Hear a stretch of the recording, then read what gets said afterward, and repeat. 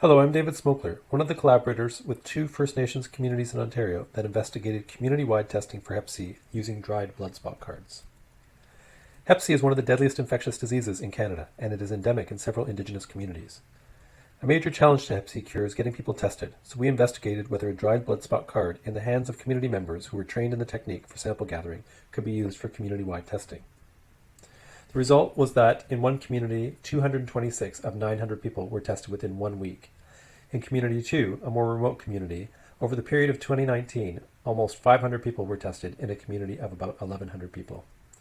The conclusion is that dried blood spot cards are a viable sample gathering technique in remote communities, and that food and Facebook announcements were important features in attracting participants, that local control of planning is essential, and that community-led health initiatives such as this can be highly successful.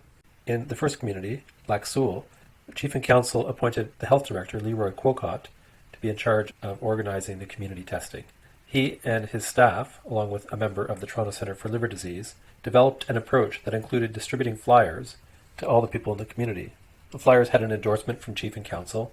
It said that everyone would get a prize, and it also said that there would be some food available. The local principal then distributed all of these flyers using her students to every house in the community. In Kitchener-May-Cossabin-Inawag, Chief and Council appointed Nurse Anne Beck to be in charge of the testing drive, who recruited local nurse in training Cheyenne Albany to help design culturally appropriate approaches.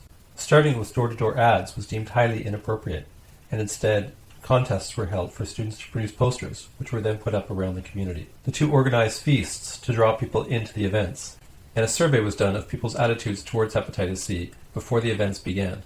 Finally, after the community hall feasts, when people were more familiar with the events, a testing van was used to go out into the community itself to offer testing at people's homes.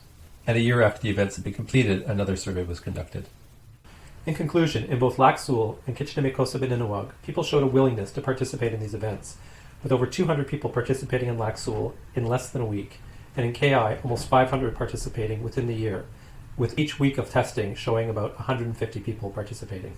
In Lac Seul, that meant a third of the adult population participated in getting tested, and most of those also got tested for HIV.